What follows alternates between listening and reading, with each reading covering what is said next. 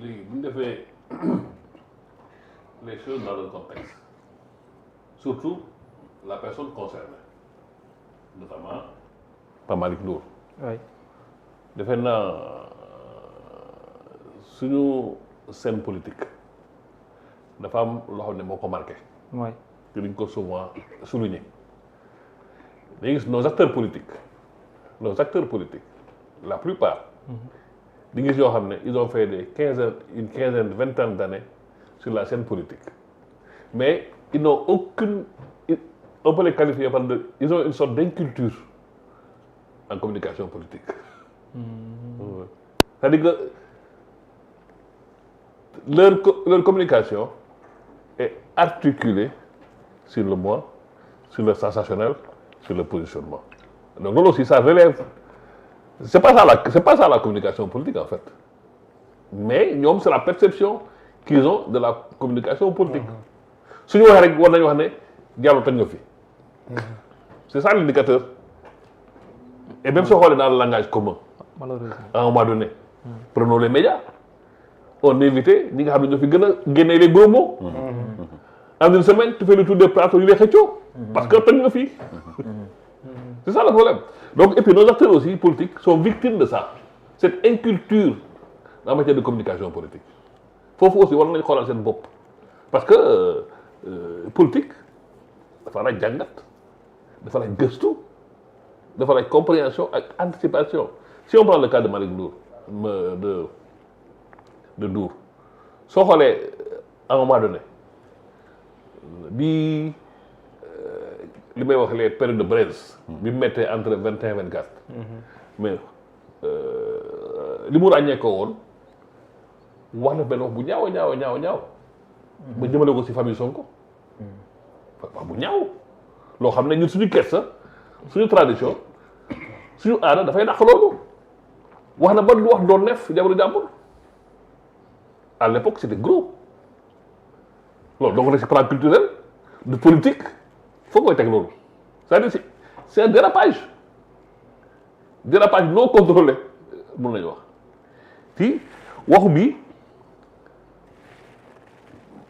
bu doon bële amuloon xëy na di nga am tuuti bénéfice du doute mais lii man su doon on parle droit dam naa ne récidive la mais nag bu koy wax il avait l'impunité c'était le pouvoir loolu neex nga wax mais bii sa position a changé moo tax li ko si fekk ko si loolu benn wax donc dafa am benn langage. Ouais. Il commence à être coutumier du fait c'est un abus de langage c'est un écart de langage parce que li mu wax aussi bu dee waxtaan wax dëgg si la. waaw. Ça justifierait ñu woo ko pourquoi parce que dañ ne. fegu moo gën faju te depuis quelque temps 1 mois 2 mois am na ay discours yoo xam ne duñ ko xeeb parce que li ko bëgg a wax léegi am na ku wax ba ne su fekkee mëntuñu wax on va s'exprimer par les armes wax kenn ko banaliser parce que wax contexte la. le gars là il a pas dit wax la plus xam nga la plus wax yu bari wax bu spontané.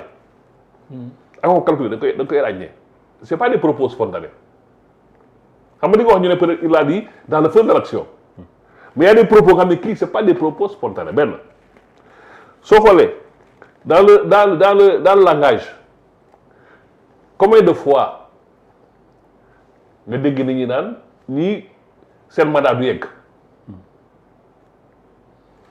lan mooy tere yegg mandat ginnaaw yàlla la violence boo ne yow sa mandat du yegg ginnaaw yàlla lan mu mun tere nit mandat bi yegg c'est la violence.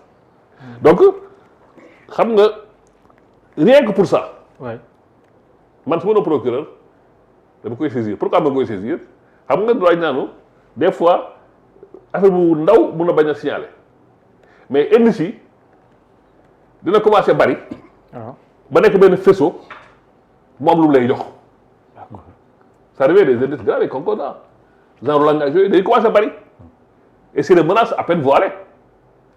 te loolu procureur contrairement à ce qu'on pense c'est pas la défense du pouvoir c'est la défense de l'intérêt public du Sénégalais donc doo xaar ba musiba am nga naan pourtant on l'avait négligé léegi procureur de pour man acte d'anticipation la parce que li mu wax quand même c'est grave li mu wax c'est poussé à la rébellion armée à la limite donc c'est extrêmement grave donc rien que pour ça mais booy apprécier doo apprécier benn fait isolé rek il faut nga def ko ci benn contexte man foofu laa koy teg lu lii tay wax yi dérapage yi wax dans ce sens yi du yeggali seen mandat suñu fekkee mënul wax on supprime pas les armes ñii y a quelqu'un même qui a dit tel jour on va mettre fin au régime lépp dégg nañ ko fi est-ce qu'on doit se boucher les oreilles en disant que le soir war nañu yee même pour le Sénégal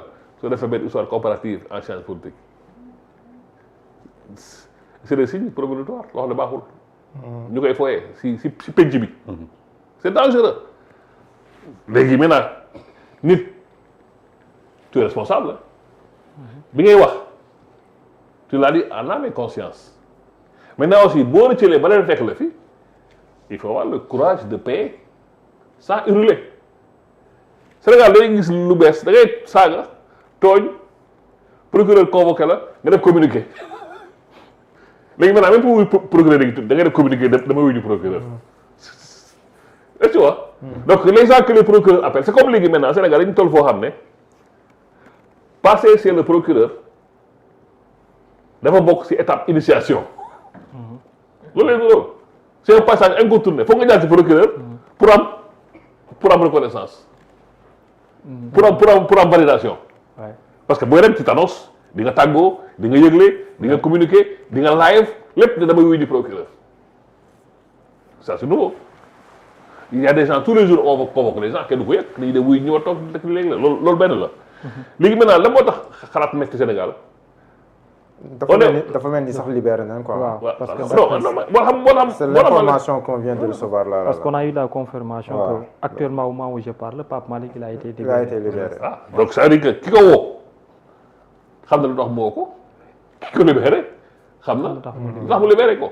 wala ma la c'est que on est dans un xam nga Sénégal fii la mu lu si metti tey fii nii lépp lu ñu wax y a une référence négative mooy il y a 4 ans Sonko waxoon na ko de est-ce que ça doit être un repère politique pour le Sénégal. Maintenant nous avons une justice indépendante. non man li ma jàpp ni Sonko comme Sonko ko jàppoon Sonko ko libéré. donc Sonko. donc il faut donc maintenant kon nous avons une justice indépendante. tu vois donc léegi tout ce qui vient. en tout cas René Konda. yow ça faut qu'on soit logique. tout ce qui vient. ñu ne Sonko waxoon na ko. Sonko waxoon na ko. donc ki su ko waxee c'est acceptable mais du parce que Sonko wax na ko à un moment donné que nit dafa war wax bu acceptable parce que Sonko l'a dit la loi ne marche pas comme ça parce que si code bi ñu ne article 1 Sonko l'a dit donc exempté de peine nekkul si code dafa am code et puis le juge bu lay woo du la woo parce que yeewul ndekki bi neexul non vraiment il tape pas sur ses humeurs vraiment il tape pas parce que am na fu mu ko teg parce que droit loo wax am na article boo koy wax. nit déjà boo ko wooyee. la première chose boo ko wooyee mooy article bi ko imprégné bi tax nga indi ko. donc on convoque pas les gens pour le plaisir donc loolu. dafa am benn ba pare et malheureusement cette comparaison. qui stigmatise. tout ce que Sonko disait y a pas le parallèle. D'accord. parce que tout le monde sait. maanaam contexte maanaam non on va pas dire pourtant léegi tane na de Macky il faisait pire les gens ne le disent pas. dañ ne pourtant léegi il faut nga saaga wax lu garaaw ji woo la alors que ay temps même boo benn smile rek mën na yóbbu prison. billaay les gens ne font pas cette comparaison alors quand on fait une comparaison il faut faire jusqu'au bout. dans les deux sens. et puis donc la moo bon mooy on est dans un genre manichéisme. aujourd'hui il y a deux camps. il y a le camp du pouvoir. il y a le camp de l'opposition incarné peut-être par l'APR ou ceux qui en restent. waaw. par l'APR ou ceux qui en restent. donc manichéisme boobu dafay enfermer suñu réflexion sur la situation. quand on est de l'APR même si demain il fait mauvais temps, peut-être c'est Sonko qui a parlé à Dieu. Pour le suggérer de punir. Pour le suggérer de punir les Sénégalais. On va dans un moment. C'est comme. Et puis, même une chose tellement banale. Tellement banale. Tu lui dis en quoi un Premier ministre peut avoir le temps de même s'occuper de ces choses-là. Alors c'est sama question foofu laa xam bëggoon indi aujourd'hui par rapport ak l'actualité politique c'est toujours comme ça bu ñuy wax ci wàllum politique ak nit ñuy jàpp convocation entre autres pourquoi ñu am même répétition bi ak même impression yi par rapport ak les cibles politiques dara xew na non du kenn ku dul diw sangam lu tax ba léegi. non mooy loolu mooy xam nga non ci considération diw sangam bi kenn la c'est la personne de Sonko mooy li ma tàmm wax Sonko au Sénégal xam nga li la di ci benn émission. waaw. dafa am en science politique li ñuy wax la figure d'épouvantail ci Sénégal Sonko incarne la figure d'épouvantail lan mooy figure d'épouvantail figure d'épouvantail mooy dafa nekk koo xam ne lu mu wax dinañ ko travestir. D'accord. même bu dee nañ jóg sax def lu baax les gens vont dire que non non lu baax lii ki am na lu muy làq. am na lu si c'est-à-dire que c'est une figure d'épouvantail c'est-à-dire que lu mu wax. et tout ñëpp ñuy intervenir on intervient chaque fois pour déformer sa communication. D'accord. on vient pour distordre son discours donc fii nag Sénégal fii dañu war a génn ci boobu manichéisme bi fi nekk. D'accord. c'est-à-dire que il y a deux camps qui se regardent en chair de fer mais comme j'ai dit il faut qu'on soit conséquent. D'accord. Si on dit il nous faut une justice indépendante booy observer bon moi je suis bien placé pour en parler di nga xam ne justice su démb justice su tey. am na différence. waaw bu yàgg lii au moins di nga xam ne su jarul instruction. waaw. vite fait bien fait. ñu libéré la. Comme et puis tey soo xoolee même dans le cas même dans le cas inverse. il y a combien de jeunes de Pastef qui sont en prison actuellement. Ouais. et kooku ça pouvait se poser problème pourtant les gens ont les moyens. donc léegi nit ki bu defee il faut être conséquent. Vraiment. c'est-à-dire il faut qu'on soit conséquent bu dee lu baax la. bu dee lu baax la yow la. bu dee lu bon la kële la. et l'interprétation. Ouais. c'est-à-dire manichéisme yi moo ñuy yóbbu si boobu interprétation. de la situation loolu xam nga la moo ko indi mooy li ma wax sama njëlbeenu wax. c'est-à-dire suñu acteurs politiques yi.